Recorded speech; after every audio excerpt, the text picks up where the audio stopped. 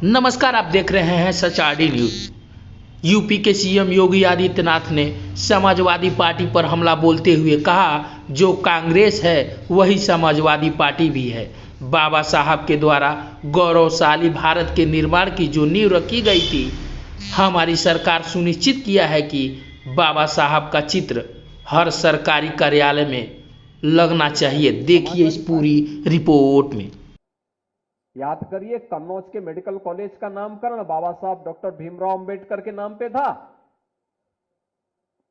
Samajwadi party की सरकार अखिलेश यादव के नाम पे बनी तो उन्होंने बाबा साहब भीमराव अंबेडकर के नाम को हटा दिया। और तो बाद में हमारी सरकार आई तो फिर मैंने वहां पे उस मेडिकल कॉलेज का नामकरण फिर से बाबा साहब भीमराव अंबेडकर के नाम पे किया। इन्होंने अखिलेश यादव, जब आपने देखा होगा 2012 में प्रदेश के मुख्यमंत्री बने थे, उस समय इन्होंने पहली घोषणा की थी कि बाबा साहब भीमराव अंबेडकर और जितने भी सामाजिक न्याय के महापुरुष हैं, इनके बने हुए स्मारकों को हम तोड़ेंगे। तब भारतीय जनता पार्टी ने कहा था कि सामाजिक न्याय के पुरोधाओं की ओर उठने वाले हर हाथ के खिलाफ मुंहतोड़ जवाब देने के लिए भारतीय जनता पार्टी तैयार है।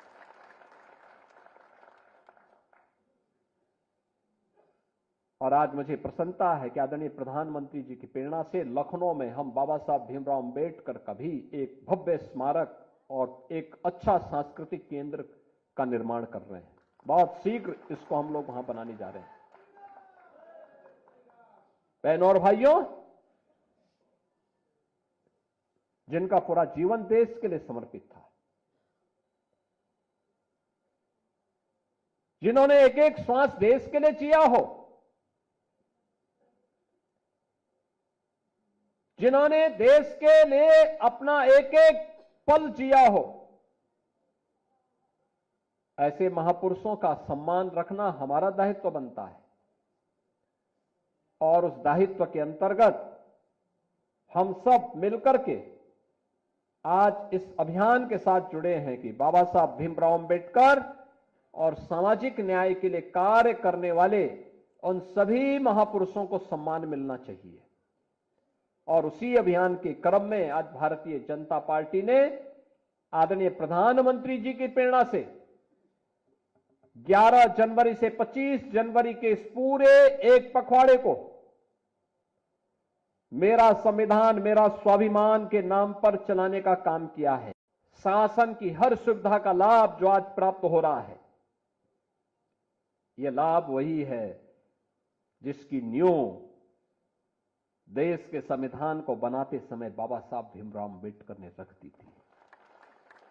बस अंतर इतना है कि कांग्रेस का कोई प्रधानमंत्री उस पद पर आ जाता है तो उस पर कुंडलनी मार करके बैठ जाती थी कांग्रेस, लेकिन मोदी जी और वाजपेयी जी जैसे यशस्वी प्रधानमंत्री बनते हैं तो पोटली खोल करके हर गरीब, वंचित, दलित को उसका अधिकार मिलना प्रारंभ हो जाता है।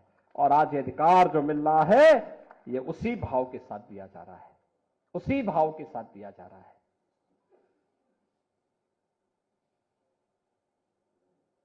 हर व्यक्ति को न्याय मिले, सबको सुरक्षा मिले, सबको अनुसार समता का व्यवहार सबके साथ हो, इसमें कहां भेदभाव है, इसमें कहां कोई तुष्टीकरण है। यही तो बाबा साहब भीमराव अंबेडकर चाहते थे, यही चाहते थे। लेकिन जिन्होंने बाबा साहब भीमराव अंबेडकर का सदैव अपमान किया, जिन्होंने बाबा साहब भीमराव अंबेडकर के जीते जीतो उनको अपमानित करते रहे और उनके न रहने के बाद भी कभी उन्हें सम्मान नहीं दिया, आज वे लोग संविधान की प्रति लेकर के घूम करके बेवकूफ बनाने का काम कर रहे हैं। वही काम कर रहे हैं जिन्होंने संविधान का गला घोंटा, इमरजेंसी लगाई, देश की सत्ता को अपनी बपोती मान करके संविधान का गला घोंटते रहे, वे लोग आज संविधान का ठेका लेकर के घूम रहे हैं। और इसीलिए हमें इस वास्तविकता को पहचानना होगा। 75 वर्षों की इस शानदार यात्रा को, ये बाबा साहब भीमराव अंबेडकर के द्वारा उस गौरवशाली भारत के निर्माण के लिए जो नींव रखी गई थी, आज उस नींव को पुख्ता करने का काम, मजबूती के साथ उसमें एक भव्य भवन बनाने का काम कोई कर रहा है तो प्रधानमंत्री मोदी जी कर रहे हैं। और उस अभियान के साथ हम सब मिलकर के सहभागी बने, इस विश्वास के साथ मेरा संविधान मेरा स्वाभिमान के रूप में इस यात्रा को आगे बढ़ाने की आवश्यकता है। क्योंकि यही संविधान है जो हमें स्वाभिमान के साथ जीने की प्रेरणा दे रहा है, एक सम्मान के साथ जीवन यापन करने की प्रेरणा प्रदान कर रहा है। और उस अभियान के साथ हम सब जुड़ रहे हैं। भारत से पहले इंग्लैंड में और अमेरिका में लोकतंत्र आ गया था, लेकिन वहां वंचितों को अधिकार, वहां पर दलितों को अधिकार, वहां पर महिलाओं को अधिकार भारत से बाद में मिला है, क्योंकि वहां पे बाबा साहब भीमराव अंबेडकर जैसा महामानव नहीं था। उन्होंने भारत से सीखा है, भारत ने पहले दिन से, और अब तो प्रधानमंत्री मोदी जी ने व्यवस्था सुनिश्चित कर दी है। 2029 के बाद 1/3 सीटों पर सांसद और विधायक बनकर के महिलाएं जाएंगी। बहनों और भाइयों, हम सबको भी उसके अनुरूप अपने आप को तैयार करना है।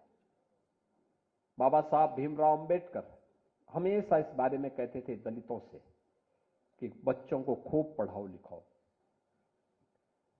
शिक्षित बनाओगे तो ज्ञानवान बनेगा, और शिक्षित बनेगा तो अपने लिए न्याय मांग लेगा, अपने अधिकारों को भी प्राप्त कर लेगा। लेकिन जब पढ़ाएंगे लिखाएंगे नहीं तो क्या होगा? आज सरकार इस पे काम कर रही है। अनुसूचित जाति जनजाति से जुड़े हुए सभी बच्चों की एजुकेशन फ्री है, स्कॉलरशिप मिल रही है, शुल्क प्रतिपूर्ति उपलब्ध कराई जा रही है। डबल इंजन की सरकार इसके लिए लगातार कार्य कर रही है। हम सब इसके लिए लगे हुए हैं। हमारी सरकार आई थी, हमने इस बात को सुनिश्चित किया कि बाबा साहब भीमराव अंबेडकर का चित्र हर सरकारी कार्यालय में लगने चाहिए। सरकारी कार्यालय में बाबा साहब के चित्र लगने चाहिए और उनके प्रति कृतज्ञता ज्ञापित हर भारत के नागरिक को करना चाहिए। बहनों और भाइयों, बाबा साहब भीमराव अंबेडकर का जीवन देश के लिए समर्पित था, भारत के लिए समर्पित था, और इसलिए 75 वर्ष की यात्रा बाबा साहब भीमराव अंबेडकर की प्रति कृतज्ञता ज्ञापित करने की यात्रा है। 75 वर्ष की यह यात्रा बाबा साहब भीमराव अंबेडकर के प्रति नतमस्तक होने की यात्रा है, उनसे प्रेरणा प्राप्त करने की यात्रा है, भारत के संविधान की मूल भावनाओं का सम्मान करते हुए आगे बढ़ने की यात्रा है।